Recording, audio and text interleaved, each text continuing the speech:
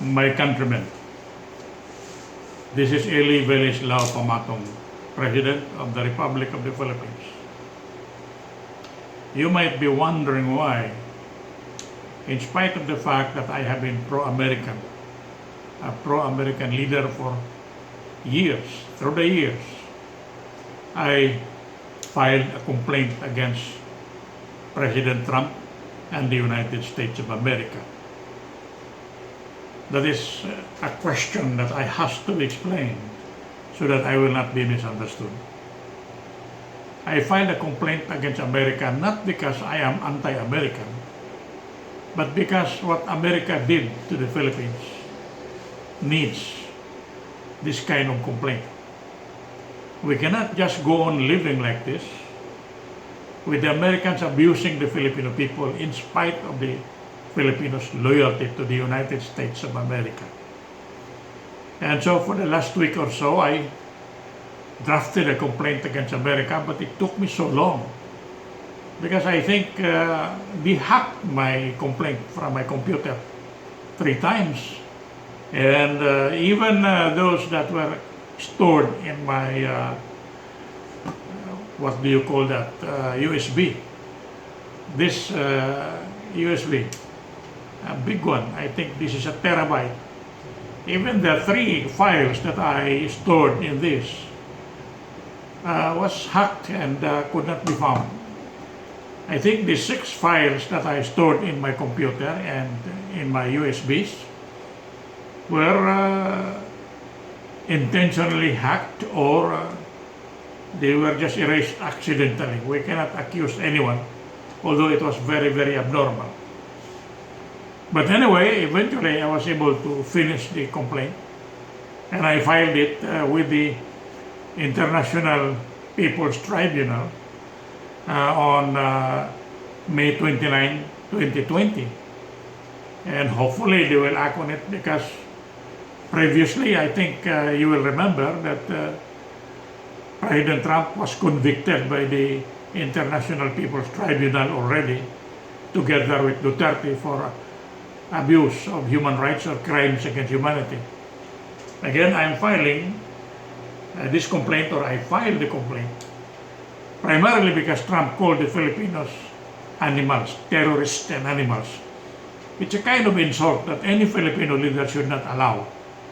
Otherwise, if you keep quiet on the charge that the Filipinos are terrorists and animals, your silence would mean admission that you are in fact a terrorist and you are an animal.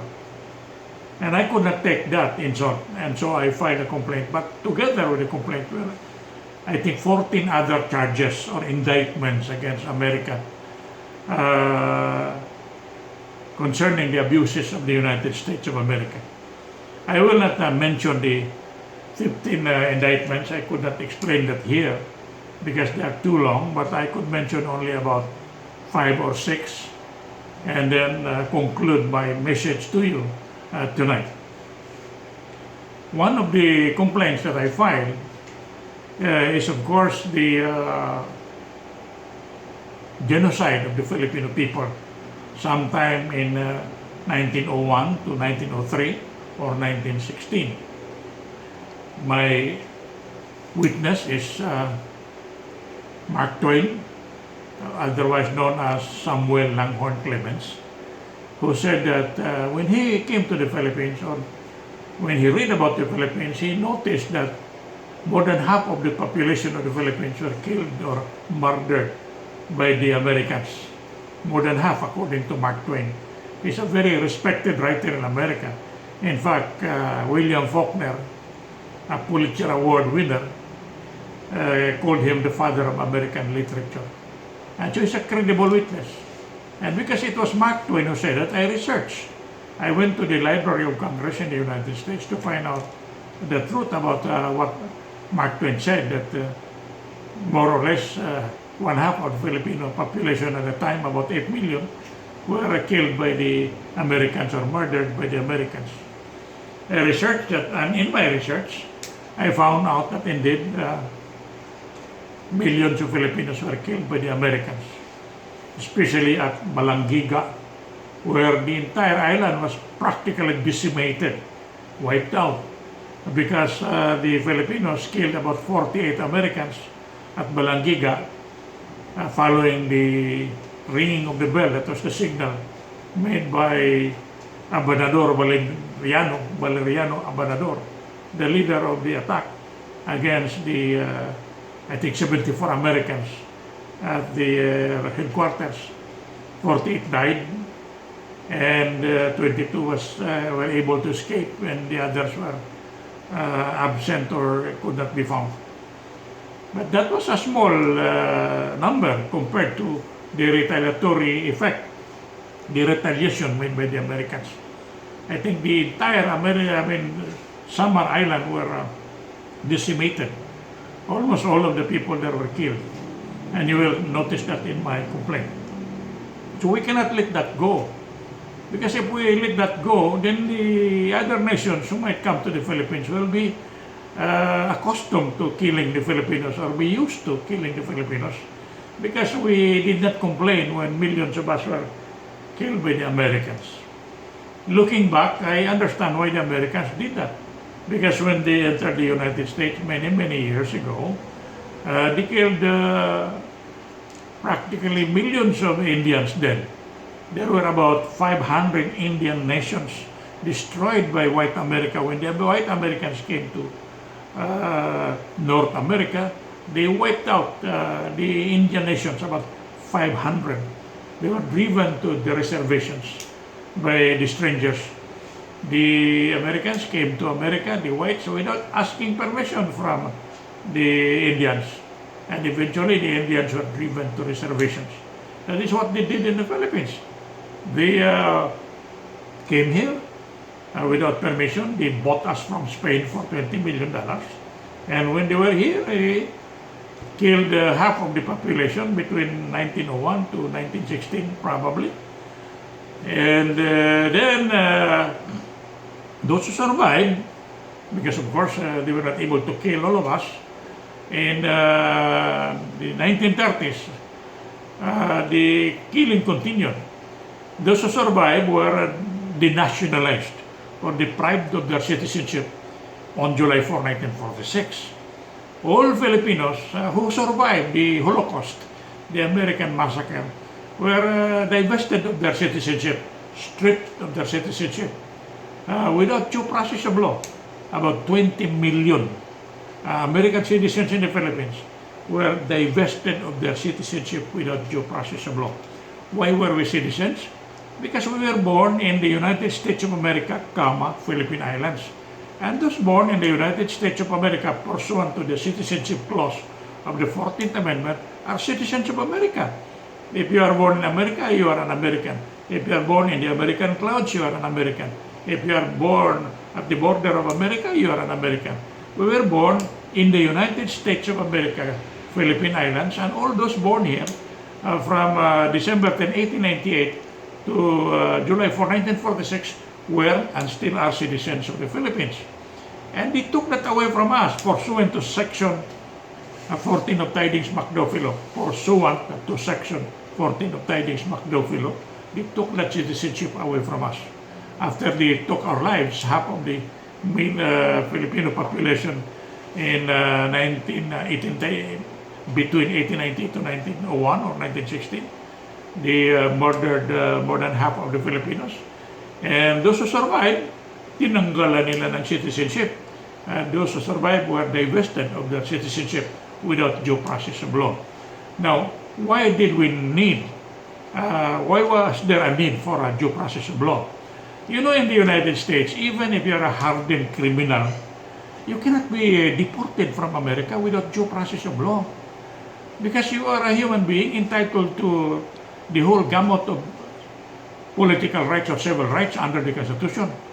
And the number one right, the highest kind of right, is the right to due process of law or life, liberty or property with due process of law. No one can be divested or deprived of life, liberty or property without due process of law. Life is very important.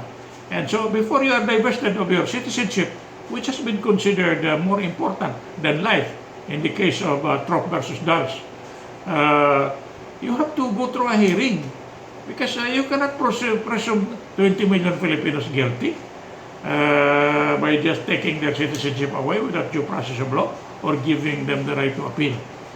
And that was the reason why I filed a complaint. The abuse was too much. Half of the Filipinos were murdered by America between 1901 to 1916. And then on July 4, 1946, the entire Filipino nation, one whole nation of Filipino citizens, United States citizens in the Philippines, were divested of American citizenship without due process of law. And it was the greatest crime committed by any country in the world. Not the Roman Empire, not Pol Pot of Cambodia, not Hitler. No, these people did not divest other nations of their citizenship, the whole nation. But the Americans divested the whole nation of Filipinos of their American citizenship in the Philippines. You know why we are citizens, to repeat? Because we were born in the United States of America, Philippine Islands.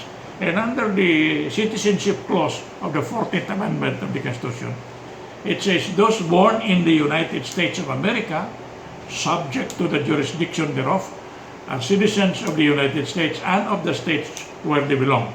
Now, let us translate that in relation to the Filipinos in the Philippines.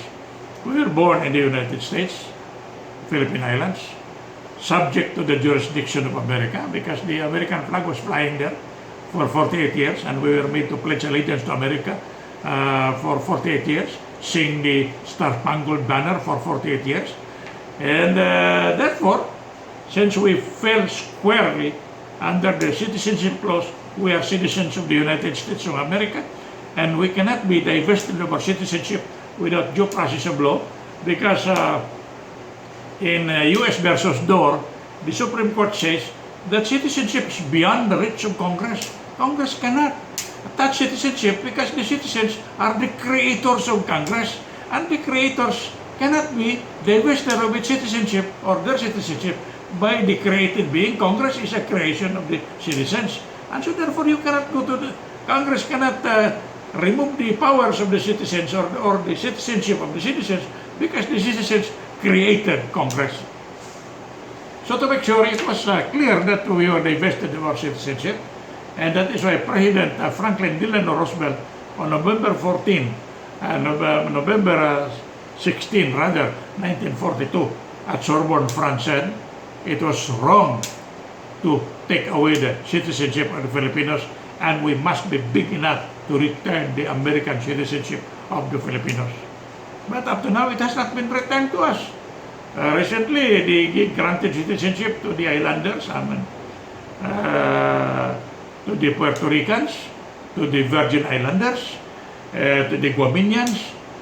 They were given citizenship, but the Filipinos, who fought so hard for America, were not given anything. They were forgotten on the sidelines. And you have to remember that during the Second World War in the Philippines, the Filipinos won that war. The Americans lost. That's why MacArthur had to escape to Australia in shame, in humiliation, because he lost the war. And the Americans were jailed here, thousands of them. It was only when the whole Filipino nation united behind America and fought Japan as a nation, with the Americans just staying at the back. When we fought America, that the Japanese empire fell or was routed in the Philippines. It was the Filipinos, the Filipino nation, that won the war against Japan. But America claimed the credit for that war. America claimed to be the winner of that war, and in fact, during the signing ceremony in Tokyo, Japan, no single Filipino was invited to attend the signing ceremony of surrender by Japan. But we won that war. That is one of the reasons why I filed the complaint. And the other reason is that during the occupation of the Americans in the Philippines, all the gold bars in Baguio at Balatok mines and Benguet mines in Baguio were shipped by the Americans to Fort Knox. Countless, the report says countless gold bars were taken to Fort Knox and deposited them. I would presume good faith in favor of the Americans. I would presume good faith, I would presume innocence in favor of the Americans, that they took those gold there for safekeeping.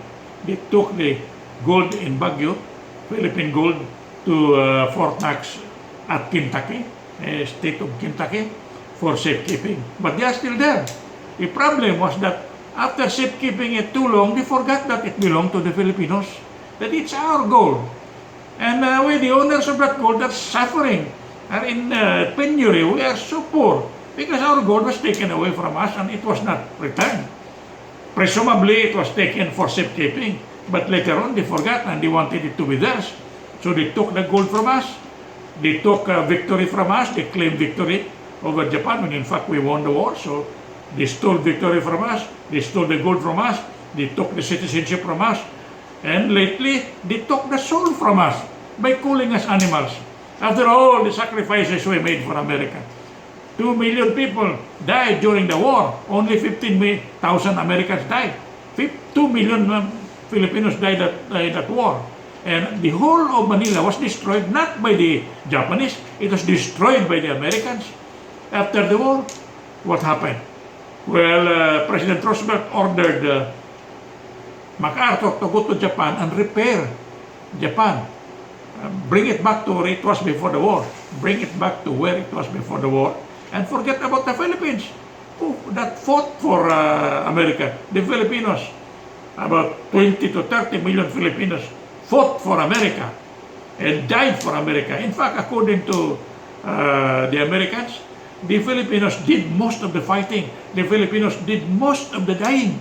And then they forgot about the Filipinos. Recently, when I was in America, not really recently, but when I was in America, they passed the kind of visa waiver program. Visa waiver program. That visa waiver program gave parole visa to waiver visa to about 38 countries. Now they claim to be 39. 38 countries. All countries that were not helping America were given waiver visa, especially Japan, Italy, Germany.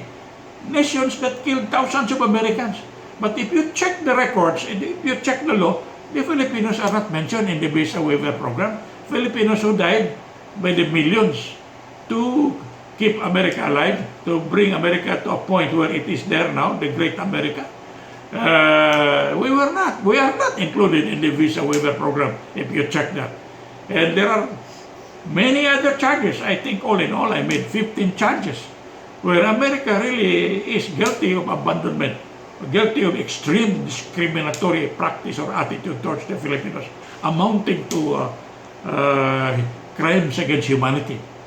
And so we cannot tolerate this. Even if I'm pro-American, I will have to pay this complaint as a member of the family of nations, or as a part of the United Nations, or as a part of the United States of America, because I was born an American citizen and I claim to be an American citizen up to this point.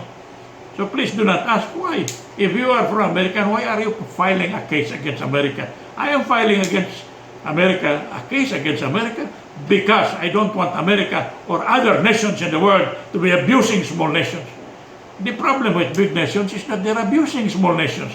China has been killing millions, putting the Muslims, about 2 million of them, behind barricades. They are quarantined. The Christians there, by the thousands, are persecuted. Some of them are being burned. The Bibles burned, churches burned, mosques burned. Big nations are very abusive. They kill small countries by the millions. And I don't want that to be done to the Filipinos again, especially now that we are at the third millennium. And so to repeat, I am not against America because I was born an American and I am still an American before the law and before the eyes of God.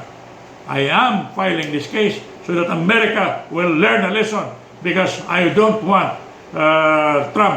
Donald John Trump to say that Filipinos are animals, are terrorists and animals after all the sacrifices that we've made for America. So I want your support. I need your support. And I want you to know again that I am not against the Americans. Yes, they hacked my records, computer records. my USB records. They hacked them. But I think it was done by a special operations group of Trump, Donald Trump, who is really, I think, an outlaw by himself. A guy who is so immoral, so dirty, so crooked. He does not deserve to be even a citizen of the United States of America. So I filed this.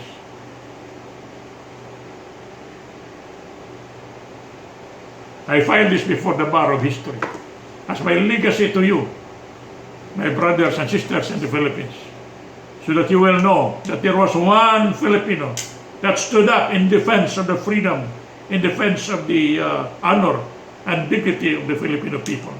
Again, I want you to remember that we as a people have a sacred tradition to uphold, and that is the tradition to live in dignity and with honor.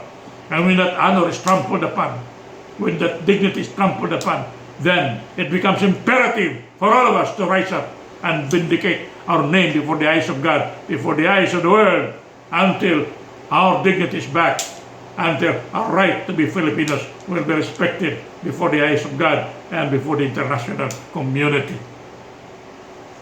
I think I have said enough. Thank you and good night.